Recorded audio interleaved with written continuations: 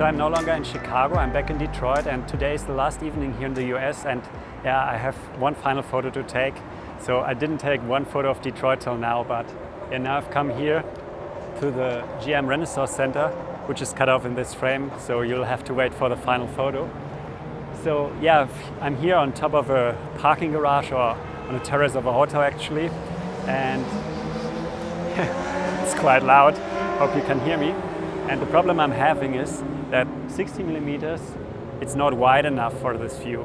So I've composed the frame to not cut off the top. So I just had to point the camera slightly upwards, but it's just a little bit, so I get a little bit of sky above the top of the building. And this is enough to capture the whole scene. And later I'll just point the camera up just a bit to get some more sky, and this is usually easy to blend. So I'll not have any blending in the buildings, I'll just put in a bit more of the sky. And yeah, since the sky is only blue, I could even do this in Photoshop, so I'm not sure yet how this will work in the end, if I just stretch the sky a bit on the top.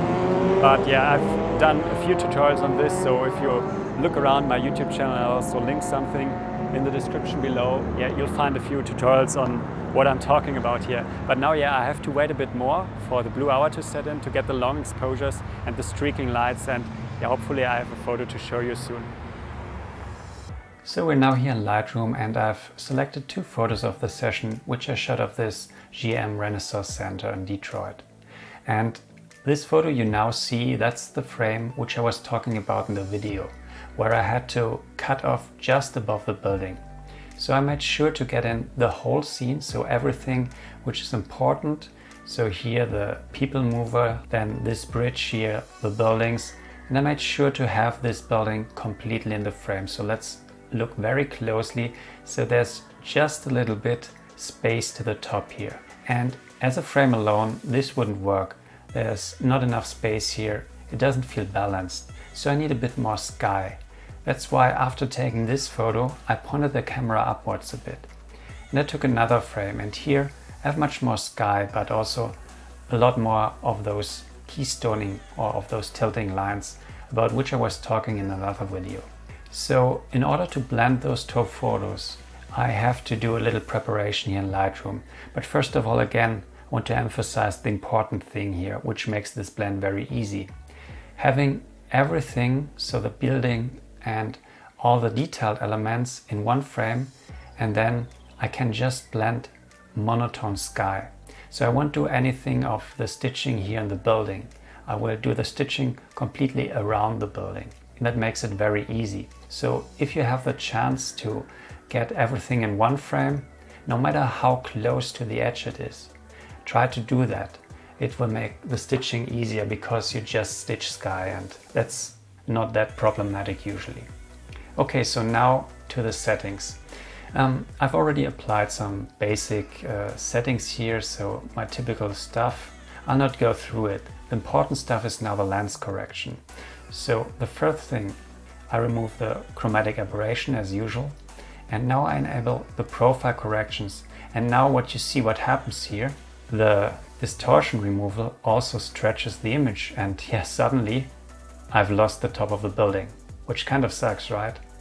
So if this happens, what you can do, you go to the transform tool here, and there you'll see there's a scale, and you bring it down a little bit because everything is still there.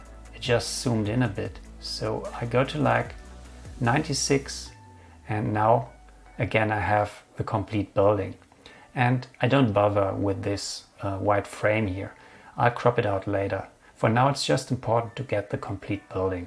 Another thing which I'll do is, I think I rotate the image just a little bit because it feels a little off, but just a touch.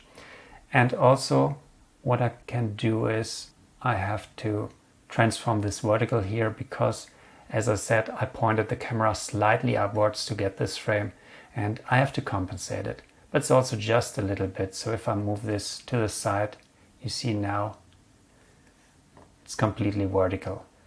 So all the distortions are now gone for this frame. And yeah, what I now do, first of all, I sync this over to the other image. So I have the same scaling and the same rotation. And now I go to the second frame, and what I'll now do is I'll also adjust this keystoning. And I make sure that those lines are straight. So let's zoom in a bit. And yeah, I think with -15 we're good. And this will make the stitch much easier. So I've now brought both images into Photoshop and they're on separate layers. And the first thing I want to do is let's make this canvas a little bigger so we have enough space in all directions. And now what I'm gonna do is, that's the top frame here, which I'll use for the sky. And let's bring down the opacity a bit so we can see how it aligns. And you see that it's actually aligning pretty good. See here in the top, it's not completely aligning, but that's okay. As I said, if we would have to do the stitching here in the building, I'd have to be much more precise. I would have to do some transformations. As you can see, here's no complete alignment, but I'll now just focus here on the top part. So let's bring up the opacity again. Now holding down Alt, put a black mask here on this layer. And now with a white brush and 100%, I just paint in the sky.